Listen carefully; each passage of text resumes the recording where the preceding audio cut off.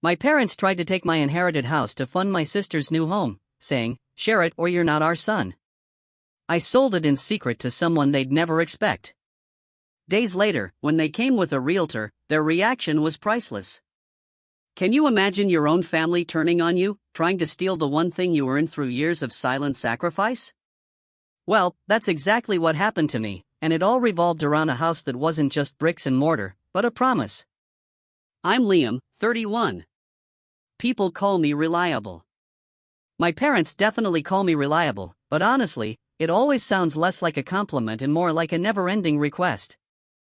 I work in IT at a hospital, password resets, printers that only jam when surgeons are mad, the kind of emergencies that beep but don't bleed. My life used to be all about keeping things running smoothly, even when it came to family. This wasn't just any house. This was Grandpa's house on Birch Lane. Small brick, steep roof, a garage that smelled like oil and old baseballs. I moved in 2 years before he passed, because those stairs just got too mean, and his memories started slipping like eggs off a hot pan. It wasn't a choice, it was a need. I didn't move in for a shortcut to homeownership. I moved in because he started mixing up coffee and supper, calling me buddy in a small voice. Mom said, "Just a couple of weeks." Dad said, "Temporary." But temporary is a word families use when they really mean forever. I made lists, because lists make fear stand still. Pills at 8 and 8. PT on Tuesdays. Hide the car keys. Call Dr. Patel. I hid the keys on the top shelf after he tried to go to the hardware store at midnight. I learned the exact click the thermostat makes before it lies. I kept a notebook titled Birch Lane Care, writing everything down. Nights stacked up. 2:17, then more. Sometimes he'd call me from his room, asking if his brother, who died in '93, was home. Sometimes he just needed to hear the sound of my feet. I learned to take 5-minute showers because that's how long he could be alone without worrying the house would swallow him whole. Money wasn't the first problem, but it arrived like a cousin who never leaves. Property taxes, roof repairs, a water heater that died the same day. My parents were strapped, but I paid every dime. I kept receipts, not because I expected repayment, but because. And then Grandpa died. He hated long goodbyes, so the funeral was short. The will was simple. Small things to people who showed up, but the house? Mine. And the lawyer read it clear as day, "Because you stayed." That line, when I heard it, I had to step outside just to breathe. Then there's Sophie, my sister, 26. She's got this knack, She could sell sunlight back to the sky. She's pretty and convincing and always collecting plans for an open-concept kitchen she'll never cook in, a spa bathroom, a yard for a dog she hasn't met yet. Every family gathering, it's Sophie's latest dream home slideshow. Mom would sigh, Dad would nod like he was signing a contract. I'd just refill the ice and keep my face neutral. 3 Sundays ago, we were at my parents' place. Same wooden table, same dent where Dad dropped a wrench back in '04. After pie, Mom did that little throat clear, the signal. "Liam," she said, so soft, "we've been talking about the house." "My house," I thought. "The one Grandpa left you," Dad chimed in, folding his hands like church. "Birch Lane. It's a lot for one person." Sophie just chirped, "It's a free house, Liam." A blessing. You could do something generous with it. My jaw went tight. Then Dad leaned in, conspiratorial. "We think the smart move is to sell Birch Lane and use the equity for a down payment on Sophie's place. Rates are high." Mom smiled, pleased. Timing is everything for the family. I felt my blood run cold. They wanted me to sell Grandpa's house, my house, to fund Sophie's down payment. "Grandpa left it to me," I said, barely audible. "He did," Mom said quickly, "because you took care of him. We appreciate that so much. But he'd want to help all of us." "It's not sitting empty," I shot back. "I live there." Sophie tilted her head. "Liam, stop being selfish. It's a free house. Either share it or..." Then Mom blurted it out, like the words escaped her before she could catch them, "Or you're not my son anymore." Silence. Dad managed an awkward laugh. "No one is disowning anyone," he said, cheerful in that way people get when things are breaking. "We found a great realtor. She can come next Sunday at 2. She sells in your area. Top 1%. Mom smiled like a plan had been approved. "Sunday at 2, she repeated. They talked around me, about we and the family, and I felt the words slide past me like a bus I didn't get on. "I heard you," I said. Dad clapped once, relieved. "Good man." I just stacked plates. I wrapped the extra bread. I wiped the counters, because when my pulse gets weird, cleaning is my inhaler, you know? At the door, Mom hugged me hard. "Don't be dramatic," she whispered, her perfume cloying. "Houses are just boxes." Outside, the porch light flickered. On my phone, a new message lit the family chat. "Don't forget your house key Sunday so the realtor can measure windows." No question mark. No if. Just a plan. They started treating Birch Lane like a project they'd already funded. Dad came to measure for the listing, even though nothing was listed. Mom put blue painter's tape on the trim, saying, "Buyers notice the little things." Sophie brought her boyfriend to visualize. That's when I changed the locks. Mom cried on the porch, called me cruel. I let her in, because that muscle memory of being good is strong. But then I made a list. My invoice. Every payment I'd made since moving in. Taxes, water heater, roof, furnace, electrician, miscellaneous, $9,132.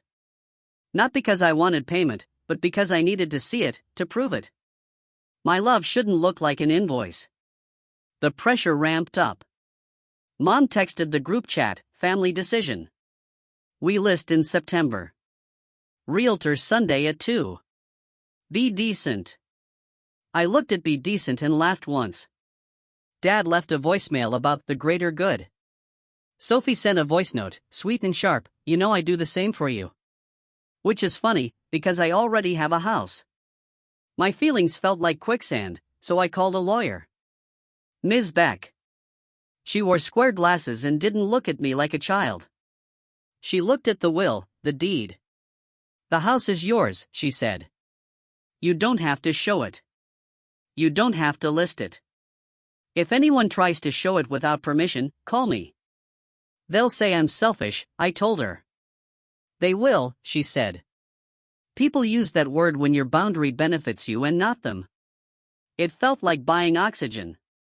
That night, I found an old birthday card from Aunt Lydia. Grandpa's sister. Banned from family holidays after a fight everyone called boundaries. Inside the card, taped $5 bills, and in her spiky hand, for words, "You are not a mule." It was like a lightning bolt. I put the card in my pocket and slept like a person with a plan I hadn't formed yet. I called Aunt Lydia the next morning. We met at a diner. Coffee tasted like cardboard, pancakes like childhood. She listened, chin in her hands, her face not a show.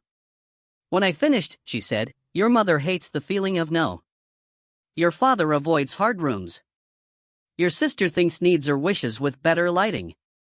What do you want?" No one had asked me that yet. "I want quiet," I said. "I want Birch Lane not to be a stage. I want to stop being the mule." Lydia smiled. "Keep the house or sell it, but you decide." "I can't sell it to them," I said. "Then don't," she said. "Sell it to me." My brain did two things at once, imagined Mom's face, and felt my shoulders drop an inch. "Is this petty?" I asked. "This isn't about revenge," she said. "This is about closure. It's an off-ramp." We met Ms. Beck the next morning. Lydia named a number that felt fair. Ms. Beck wrote guests in big letters on the folder. Closing Thursday at 10 a.m. Sooner is kinder. Thursday morning. I signed the deed. Lydia signed. We hugged in the parking lot like we just crossed a river on stones no one else believed were there. She jingled the keys like a song. Sunday spaghetti, she asked. It wasn't a question. Sunday, 1:55 p.m. The old Realtor hour. I parked one house down. Watched my parents' SUV pull up behind a white Lexus with a magnet on the door, Darlene, top 1%. Sophie got out in a sundress. Mom wore lipstick the shade of a stop sign. Dad had a folder. They marched up the walk like a parade. Darlene rang the bell. The porch light clicked on. The door opened. And there stood Lydia. Lydia. In Grandpa's flannel, hair up, paint on her hands. A plant already lived on the hall table. A rug I'd never seen was down. The house looked like itself, and like it belonged to someone again. Mom's face turned 3 colors. "What is this?" she whispered, shouted. "Hello, Elaine," Lydia said, polite like knives. Dad blinked. "You can't be here." "I can," Lydia said, holding up a paper like a magician. Deed recorded Thursday. My house. Darlene's smile died. Sophie made a noise like a tea kettle. "You sold it to her," she yelled, staring past Lydia's shoulder because she'd spotted me by the oak. Hands in pockets. I stepped forward, because hiding is a habit I'm quitting. "I sold it," I said. "It's done." Mom pointed at me, her finger sharp. "You did this to hurt us." "No," I said. "I did this to end it." "You've turned your back on us," she said, her practice line, old threat, new volume. The Polaroid of her laughing, warm against my hip. My voice stayed level. "I'm sorry you feel that way." Dad went to his script. "After everything we've done, this feels unfair." Darlene floated backward down the steps like a raft leaving a sinking ship. Sophie said, "I needed that house," which is not how property works. Lydia didn't move. "I won't be yelled at in my home," she said. "You can call me later when the show is over." Mom's face cracked like paint. "You picked her over us." "I picked me," I said, and quiet. "This isn't about revenge," I added, calm. "This is about closure." I walked to my car. Behind me, the porch light clicked off. That sound was a period. By the time I hit the end of the block, 13 missed calls. By the time I reached my apartment, 31. I put the phone face down and boiled pasta because hungry makes me say yes to things I hate. I checked the phone. 54 messages. "You blindsided us. We will contest. You've disappointed us." Ms. Beck's message, "If they threaten legal action, send them to me. You acted within your rights. Do not engage." Mom left a voicemail that sounded like a funeral with no service. "We loved you. We raised you. Houses are for families. Your grandfather would be ashamed." I stopped it halfway. I know the rest of the verses. They tried legal. Dad CC'd me and Ms. Beck on a letter with words like undue influence and fraud. Ms. Beck answered like a scalpel, unfounded. Deed transferred for fair market value between competent adults. Further contact through counsel. Nothing after that except a one-liner, "We'll see." Which is what people say when they won't. Sophie posted a crying video in her car with a Bible verse in the caption. People sent it to me like it was news footage. I put my phone in a drawer and went to bed at 9:30 like a 70-year-old. Tuesday, I had tea with Lydia in her Birch Lane kitchen. She'd hung a small clock and a photo of Grandpa holding a fish. The house felt relieved. We drank tea out of mugs that didn't match. She handed me my spare keys. "You left these." And the pocket knife I'd forgotten. "You'll want this later," she said. "They're going to keep coming," I said. "Of course," she said. "They need your yes more than they need your help." "What do I do?" I asked. "Nothing heroic," she said. "Eat your toast. Say no without a paragraph. Block when your heart rate jumps. Go home when you need to. Build a life that isn't a reaction." I went home and set up an automatic transfer. $1,650 to my own savings on the first of the month. The exact number my parents used to float as Mike's share for the greater good. Watching that money hop into my own account felt like flipping a breaker back on. Wednesday, Mom appeared at the hospital cafeteria like a ghost. "We're talking," she said, already sitting. "I'm at work," I said. She leaned in. "You humiliated us. We brought a realtor to your house and you." "It wasn't my house anymore," I said. "You owed us a chance." "I owed Grandpa," I said. "I stayed. I paid. He left it to me." Her mouth pinched. "Don't throw that in my face. I'm laying it on the table." "You tried to list my home," I said. "No. If you keep this up, don't expect us to treat you as family," she said, softer now, deadlier. "If that's what you need to say today," I said, steady, "okay." Her eyes went bright. "Therapy has poisoned you." "This isn't about revenge," I said. "This is about closure and boundaries." She stood so fast the chair squeaked. "Enjoy your little apartment."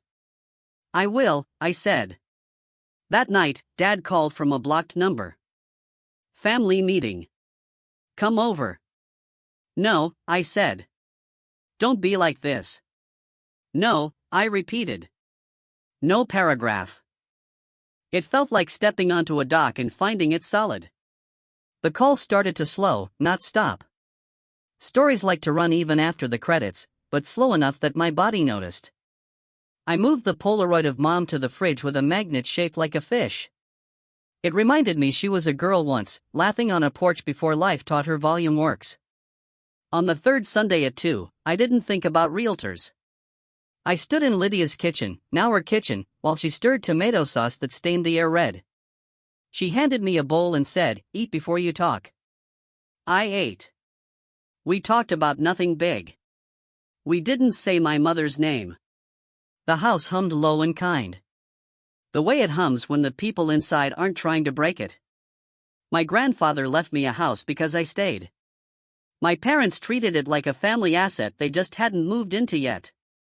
They used words like free house, selfish, and for the family. They tried to strong-arm me into selling it to fund my sister's down payment. I said no. They brought a realtor. So, I sold it 2 days earlier to the only person who ever asked what I wanted. When they showed up expecting to tour my house, they found Aunt Lydia standing in the doorway.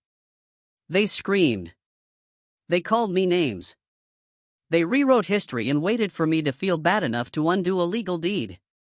This isn't about revenge. This is about closure. It's about moving the lock from the outside of my life to the inside and keeping the key in my pocket. It's about refusing to be a mule because someone says family louder than I say no.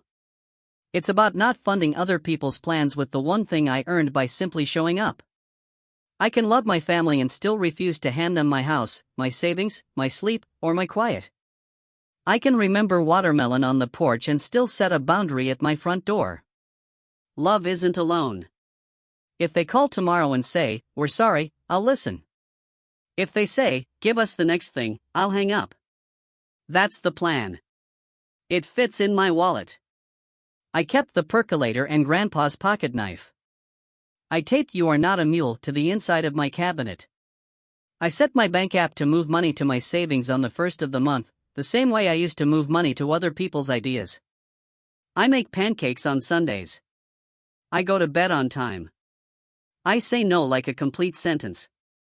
When doubt buzzes, I touch the Polaroid on my fridge and remember the version of my mother who laughed like a bell. Maybe we'll find each other again. Maybe we won't. My peace can't wait on maybe. I won't let anyone rename my boundaries selfish because they don't benefit. I won't let anyone turn love into paperwork with my signature missing. I won't open the door to people who arrive with a tape measure and a plan for my life. The oak tree on Birch Lane is still there. It isn't mine anymore. It doesn't need to be. It's rooted with someone who won't list it for showings on a Sunday. That click you heard earlier? The door shutting. Finally. I'm Liam. I stayed. I chose quiet over applause. I'm not a hero. I'm a man who moved the key to his own side of the lock. And I'm going to be okay.